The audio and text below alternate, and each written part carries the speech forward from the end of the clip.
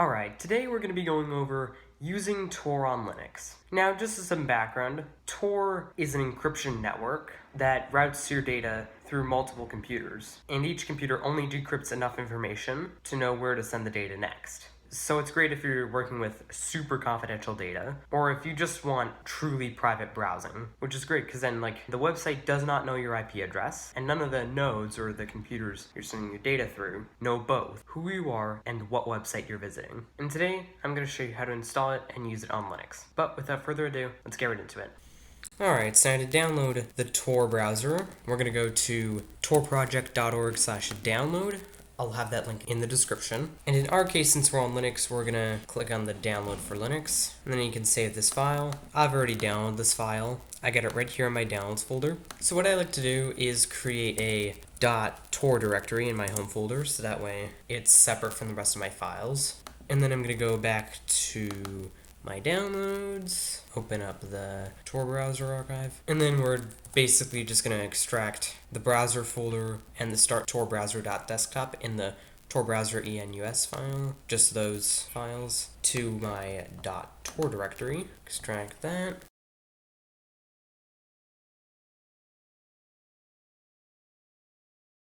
Now let's do a test launch of this by cding into my .tor directory and then doing /start Tor browser.desktop, and then it should launch. In my case, we just want to connect. If you're, as it says, in a country that censors Tor, you will need to do some additional configuration. Or it also says if you're connecting from a private network that requires a proxy, you will need to do some configuration. But in our case, let's just go ahead and connect. None of those apply to me. And there we go. Now that we're in our Tor browser, the first thing you'll notice is that it looks a lot like Firefox. And that's because it is Firefox, just configured to use the Tor network. But anyway, now that we know this works, we actually want to put this into our menu. So then we can go into our menu editor. By the way, you should be able to download this from your package manager. And then let's go to our internet directory. And then we'll just add a launcher, call it Tor Browser.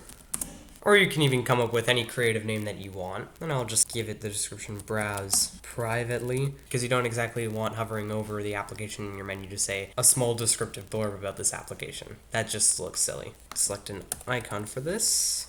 Hit apply. This only works if you have a custom icon set, but it's whatever you prefer. I just like to have my icons and also my theme, as you can see here, looking like Mac. So that's where I get this icon from. But anyway, we're gonna go to our .tor directory, and then let's open up the start Tor browser.desktop. And then just copy and paste everything under the exec equals line, except for exec equals, of course. Then we're gonna go back into our menu editor, and then just paste that command in. And then we can go ahead and save it.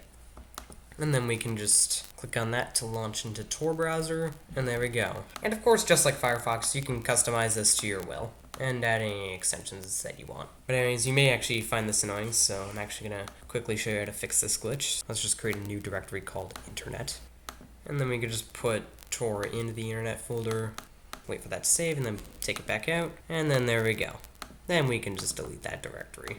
So now you have your totally private browsing setup. Now, of course, to be truly private, this does not keep track of your history, like you're always in a private window, and cookies won't be saved, so you'll need to keep signing into accounts, and you also lose some creature comforts. But anyway, it is actually great if you just want to do something on the web that you don't exactly want everyone knowing what you just did, even if it is perfectly legal. We all have something to hide. Even if you don't think you have something to hide, you do. And what's also interesting is that you can use the Tor browser to bypass geo restrictions as well, because of the way it works. But anyway, we're just going to go into our Tor directory, browser, Tor browser, data, Tor, and then our Tor RC. And then we can just add a line that says exit nodes, and then put curly brackets, strict nodes, 1. Okay, and then you can select the country of your choice using the 2-letter country code of the country that you want to appear as you're in. Now, by default, this will just pick any random country, but of course, you may want to use a specific country to bypass geo restrictions. Let's say you're in Canada and you want to get American Netflix. You can just put in US, and then that sets it to make you appear in the US. And this line of text basically tells Tor Browser to make sure that the exit node is in a specific country, in this case, the US. But anyway, once you're done, you're just going to save that. And then next time you open it, you'll appear as if you're in that country. Now, this does come at a cost, though. 1, it's slow. 2, you lose access to creature comforts like remaining signed into accounts or shopping carts that remember what you put into them. And that was Tor on Linux in a nutshell. So, thanks for watching. If you liked this video, found it was helpful, hit the like button, share this video with your friends, subscribe to the channel, and leave a comment.